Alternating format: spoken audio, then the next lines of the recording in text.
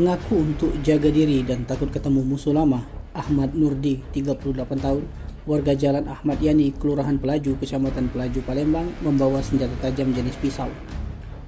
Akibat ulahnya, pria ini ditangkap unit Reskrim Polsek SU2 Palembang yang sedang melakukan patroli di Jalan Pertahanan Ujung, Kelurahan 16 Ulu, Kecamatan SU2 Palembang.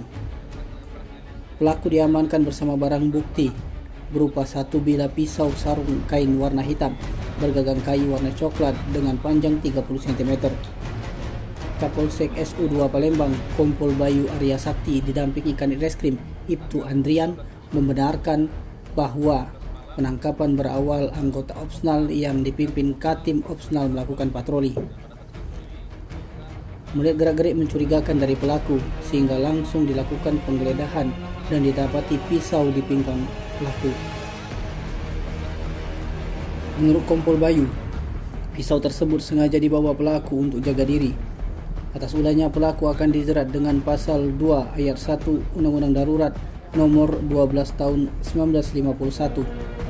Sementara itu, tersangka Nurdi mengaku kalau pisau yang dibawa untuk berjaga diri dari musuh lamanya. Warahmatullahi wabarakatuh.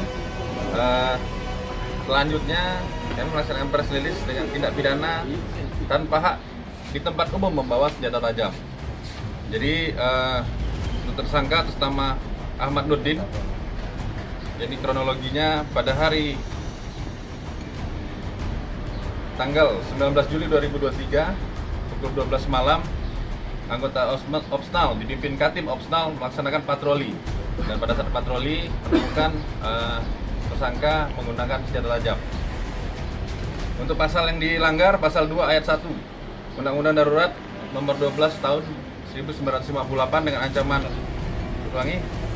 tahun 1951 dengan ancaman hukuman pidana paling lama 10 tahun.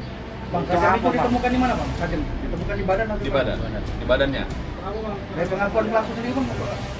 Memang digunakan untuk jaga diri.